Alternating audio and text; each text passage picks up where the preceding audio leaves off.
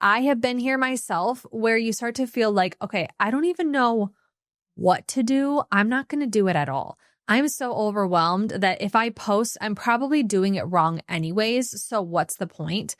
Or I've also been here where you are not feeling very confident in posting or your posting abilities. And so you feel like, okay, if it's not perfect, what's the point? I'm not going to post because I just don't even know how to do it well. So really good news. I'm here to help you with both of those things. I just want to acknowledge the social media space can feel so overwhelming. It can feel like there's so much information, so many different schools of thought, so many people telling you what to do, what not to do, and so many people posting that you can start to just feel overwhelmed. And so let's break through that today.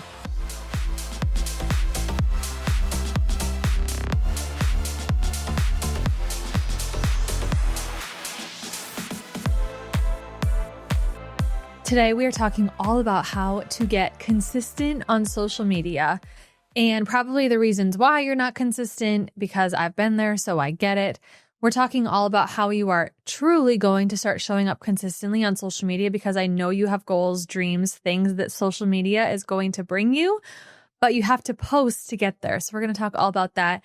It's officially Q4, so we are making a roadmap for the rest of your year, 2025, to have the best, not only end of the year, but start of 2026, right? Like the new year starts now because you're laying the foundation for how you start the new year.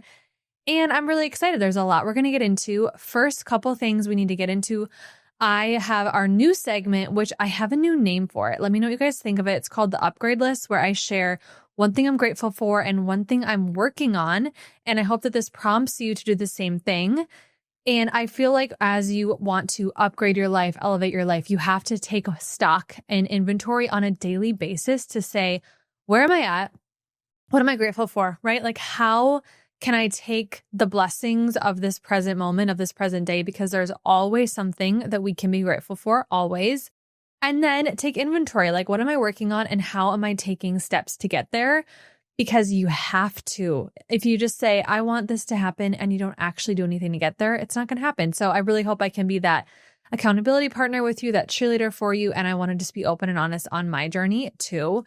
I really have a lot of things to list off on my lists today. So narrowing it down, I am really grateful for the growth of my business, of Renee Social Studio. Like, it's a daily moment of like, how did this happen so quickly? Quick rewind for those that don't know. I launched my social media business in April. It's now October. I am like fully booked, you guys, and I am working harder than I ever have before. That's not true, but like, I am working pretty much nonstop, pretty much every day. And I will say, like, when you love what you do and you feel super passionate and connected to what you're doing, it feels different. It doesn't feel draining in the way that like, oh, I have to wake up and do that again. Sometimes it does, but for the most part, I'm so just like excited and grateful for what I'm doing and what I'm working on, because it's like my dream. But the catch-22 of my gratitude is that like there are growing pains too. And I want to do a whole episode on like growing pains, how it feels to grow and expand quickly and what I'm learning. So that will be a future episode, but I really am just so grateful for the women and the clients that are seeing me and trusting me, and we're growing together, which is a beautiful thing. So I never want to take that for granted, because like 6 months ago, I had no idea if anyone would hire me, who would hire me. You know, it was just the beginning, day one. And there's a lot of emotion in that. And now I'm in kind of the flip side of like, oh my God, I'm so busy. How do I balance my day, my life, my sanity? So we're going to do a whole episode on the growing pains. I also, side note, I'm really grateful for this latte that I have here in studio today. I mentioned the maple latte last time. I think it was last episode. And it is holding strong and steady for me. If you have not tried a little maple syrup in your lattes, so good. Even better is like a salted maple. Just treat yourself, do it. So I'm having a little coffee while we're having our chat today.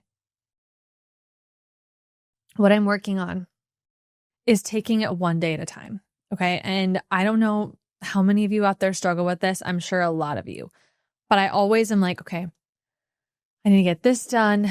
I need to get this done. I want this to happen. I want this goal to come true. Like I'm always thinking big picture of like, I have to do items and I want them done. And I want, the goals to be checked off the list. I want to grow the things. I want to see my dreams happen in real life, right? Like we live with that feeling of I want it to happen and I want it to happen quickly and I'm going to do the things I need to do. But I feel like I'm putting a lot of pressure on myself to like make things happen in a short amount of time, which I would never recommend to anybody, right? Like I know this, but I'm thinking big picture instead of just focusing on one day at a time. Like what tasks do I need to get done today? And how can I end today feeling really good and really accomplished and set up for tomorrow? And I'm really trying to work on the tasks that I'm doing today are helping me get to the goal that I want, but I'm not putting pressure on the goal happening today. And I think that's a key difference. And I'm sure a lot of you listening can relate to that because we're go-getters, we're dreamers, we're business owners, we're creators, we're all the things, and we have these dreams. We feel really like we want to go. We're driven. We just, I think, can get in our own way mentally because it can feel like, oh, I'm just not getting where I need to go. But the way you get to where you want to go is little by little, day by day. So I really mentally want to focus on like day by day. How can I win the day? How can I do my task list that the tasks are going to get me to those bigger goals, but I'm not putting pressure on each day that the goal comes true. I hope that makes sense. So I'm really working on feeling accomplished with what I got done each day and just focusing on that. So breaking it up. And it really helps to just be more organized with my life and my day and my to-do list and being realistic with that. I'm definitely working on that, which I think will tie in really well with our growing pains episode because I'm in the middle of growing pains. It's growing pain season, but that also means I'm growing, which is beautiful. And I'm super excited to have that episode. But today you're here for social media. And I know that social media is the key to you accomplishing things.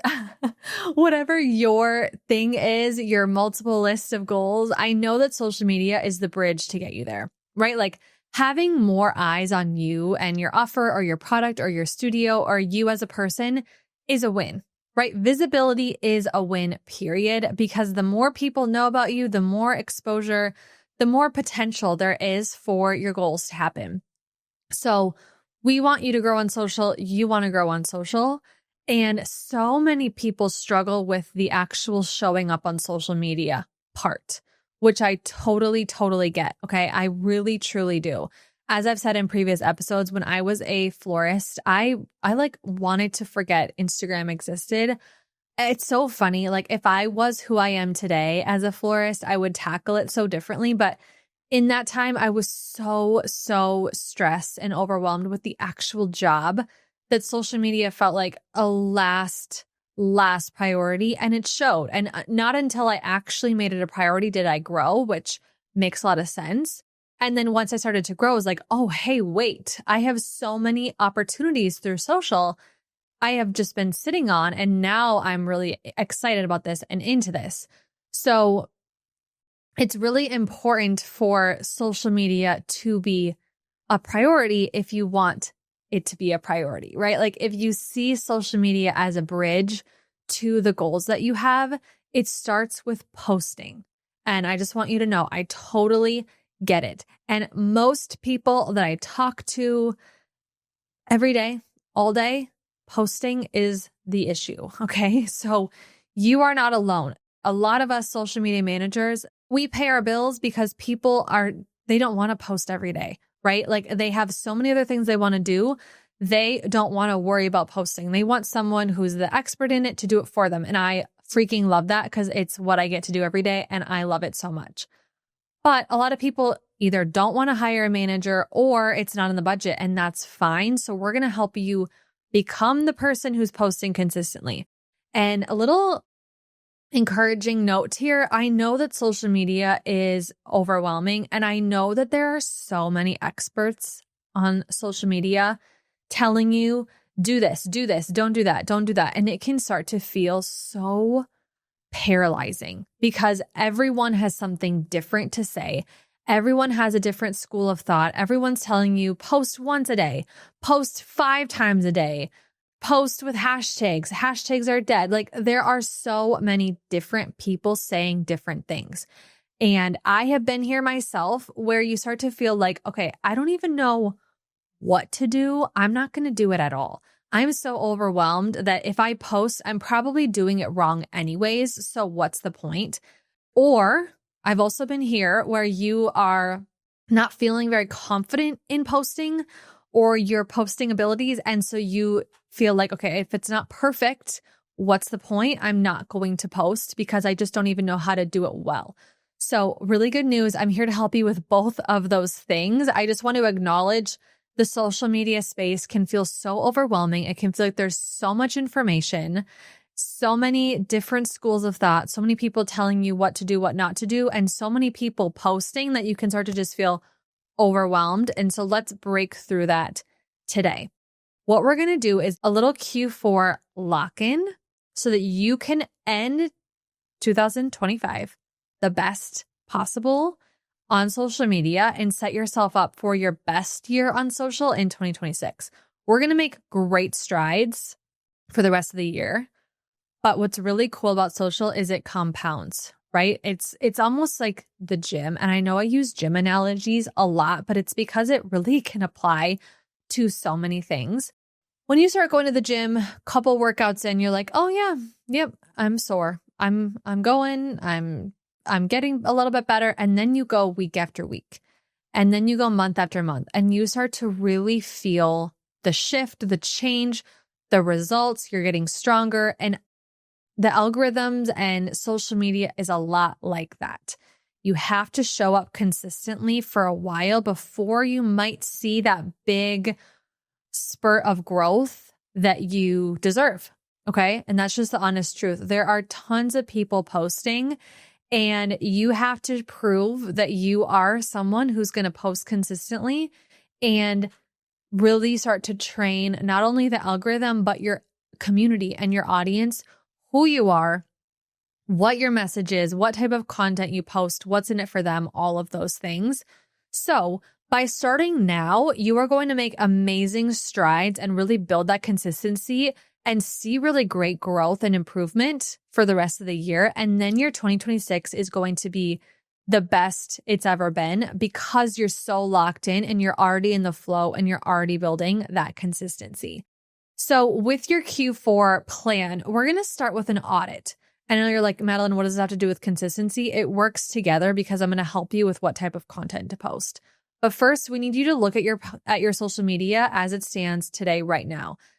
How consistent are you? Okay. And like, I want you to be super honest. Like I do audits. I do this as the social media girl. And when I look at your page, I can see, are they posting consistently every week, certain day? Like what's the cadence? Is it all over the place? Are there multiple weeks where they take a break? Like I can see that. And I really look into that because it does make a difference. So I need you to be in that super honest. How often are you posting? How consistent are you with posting? And if you're doing Instagram and TikTok, look at both. If you're looking at just Instagram or just like, I want you to look at your whole thing, all the platforms that you have goals for, I want you to assess them right now. And then I want you to think about your stories. So how often are you showing up on stories? Because that does make a difference. Stories are important. You're not going to get new followers because of your stories, but you are going to nurture and build that know, trust with your audience by showing up on stories. It definitely matters how you show up on stories because your posts and feed are only going to get them to know you that much. So the stories is like we're having an intimate conversation, right? It's a lot more intimate. There's a lot more context that you're able to give, and people get to know you so much more. I was having a strategy meeting with one of my clients yesterday, and I was encouraging her to do a semi-regular Q&A for her niche for the products that she sells just on that topic, because as I am on Instagram and just social media in general, I am always analyzing my own behavior. I always stop and read Q&As. Like, even if I'm not that invested in the account, like if I follow them and they do a Q&A and they're answering questions, I stop and I read every single one of them. And I think that's a very common trait that we as humans have, because guess what? We feel like, okay, we're getting some insider information. We're getting more context. I'm going to get to know this person more. I'm maybe going to learn something here. So it's really important in the day and age of ChatGPT that you are getting on your stories consistently. And sometimes that's easier than an in-feed post, right? So if you're like, I know one thing I can do is post on stories, I want you to build out that. How many times a day am I posting on stories? How many days a week am I posting? It even is helpful if you say, okay, every day I start with my agenda for the day, and then I do an engagement sticker, and then I show like something about my day. Like, if you want to give yourself a little framework, that's amazing, because it's going to help you stay accountable. And if you want to be consistent, you have to stay accountable to the goals.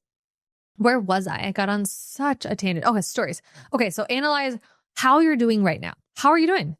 Okay, because my guess is you are struggling with consistency. And if you're not, then we're going to tweak how you're showing up in your content, which is going to be, woven into this podcast. There's already a lot I've helped you with, but you might just have some tweaks that need to happen.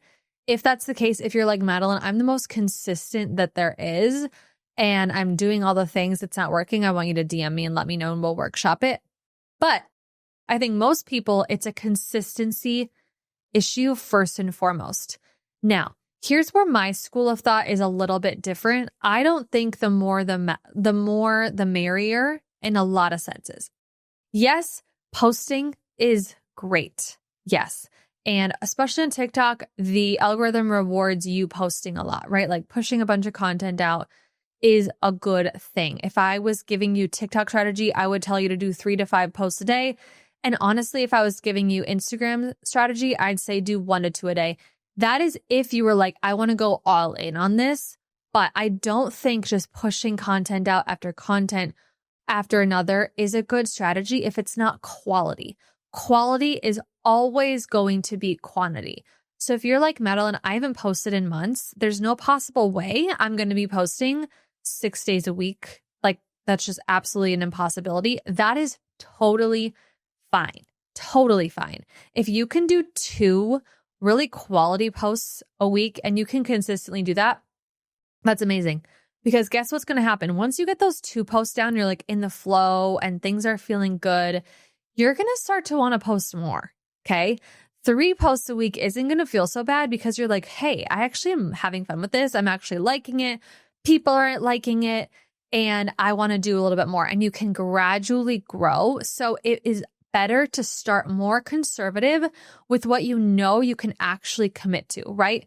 If you book a trainer and you say, okay, I'm going to be here 5 days a week, and then you don't ever show up, how can you expect the results? So make sure that you are committing to a number that you can do. But I want you right now to write out, how often are you going to post in feed on Instagram? If you're doing TikTok, how often are you posting in feed per week, per day? What are those numbers? And then how many times are you posting on your stories? And I just want to encourage you, do not stress about posting multiple times a day unless you are like content machine, like I'm going to do this thing and I know I can make it quality. Okay. Quality over quantity, please. In this room, that is the end all be all. And I need you to really lock into that and feel really confident in that, because we can always add more. We can always add more. Okay. So you have your number, you've audited your whole page, you know the honest truth about where you're at. You have the number, your goal number. And now I want you to think about a goal for the end of the year. How do you want to close out 2025 with social media? What is going to make you feel really good of like what you accomplished or something that happened as a result of you posting? If you were like being your best self, you're super consistent, you're posting quality content, end of the year, what is that thing that happened for you? And of course, I want you to keep this a SMART goal. It's specific, it's measurable, it's attainable. It is, oh my gosh, what's the R? What is it? Is it realistic? Attainable and realistic? Okay, maybe we'll go with that. And then time. Oh my gosh, you guys, I'm failing my teachers. My elementary teachers would be so disappointed. Time-based. Ha, ha, ha, ha. She still got it, bitch. Okay, So it's a smart goal that you can actually accomplish, right? Set yourself up for success. Now list out 1 to 3 things, 1 to 3 goals for the end of the year. Circle that baby 100 times, put it on your mirror, put it on your wall, put it on your forehead, put it in your alarm every day so it goes off and you're like, oh yeah, wait, I need to do that. Because you have to keep your goals right in front of you. And if you say, okay, I want to do this thing, and then it's out of sight, out of mind, and you get busy and your day is crazy and you don't post on social media, and then that happens 5 days in a row, then unfortunately, you're not consistent and you're not going to get to that goal. Do you see what I did there? We need you to keep that goal in front of you because it's going to propel you to be consistent. If you're not already consistent, something needs to happen for you to get consistent. Okay.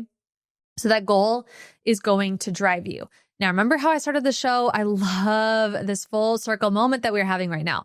When I said I'm trying to just take it one day at a time, because let's say my goal is 10,000 followers. If I'm at 1,000, I cannot possibly think, okay, today's the day I get to 10,000 and put that pressure on myself. I cannot.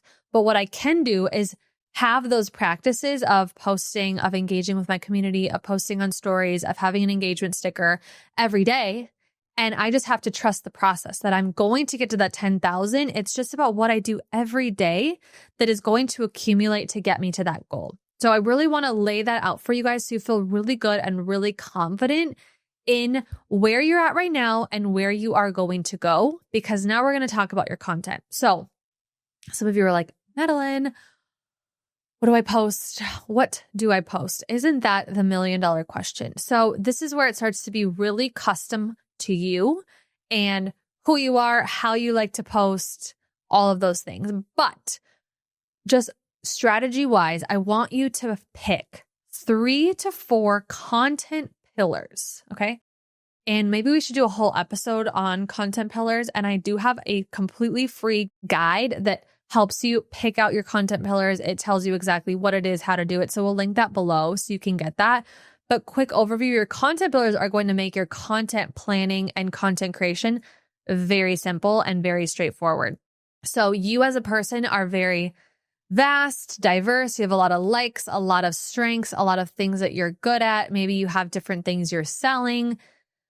So what I don't want you to do is post about one thing. I'm not a niche girl in the sense that we only post about one thing. Boring. I don't recommend. And I know a lot of social media experts do. That's fine. Again, different schools of thought. But I think as far as you having joy in posting, if you post about one thing every single day, it's going to get old real quick.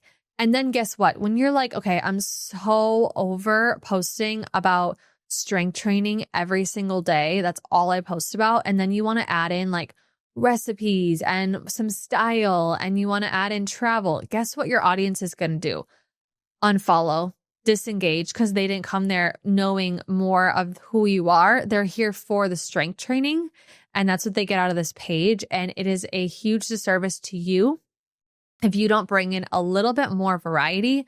Also, from a brand perspective and a potential income perspective, if you are just a one-trick pony, you talk only about, makeup or hair or whatever, like you talk about one thing, you can only work with those brands that are in that very specific niche. If you have 3 to 4 different things that you talk about, guess what? You are opening yourself up to a lot of different brands wanting to work with you, wanting to send you things, and you have so much more potential for growth and for different audiences, right? Like you're now attracting people that love to be healthy, but they also love to travel, and they also need help with recipes, and they want to look good while they do it all because they're working super hard. So you are now the girl who can really help them be a healthier person that also looks good. Does that make sense?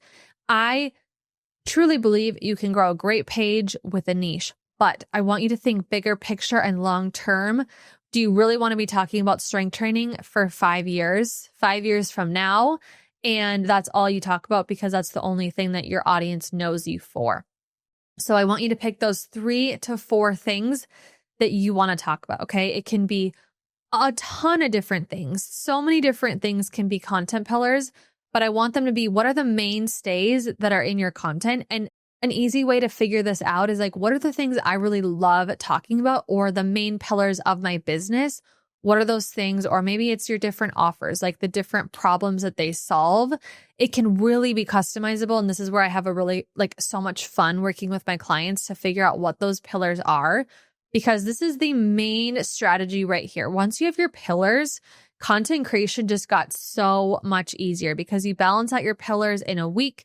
You post about your recipes on Monday. You post strength training on Tuesday. You post style on Wednesday. You're back to strength training on Thursday.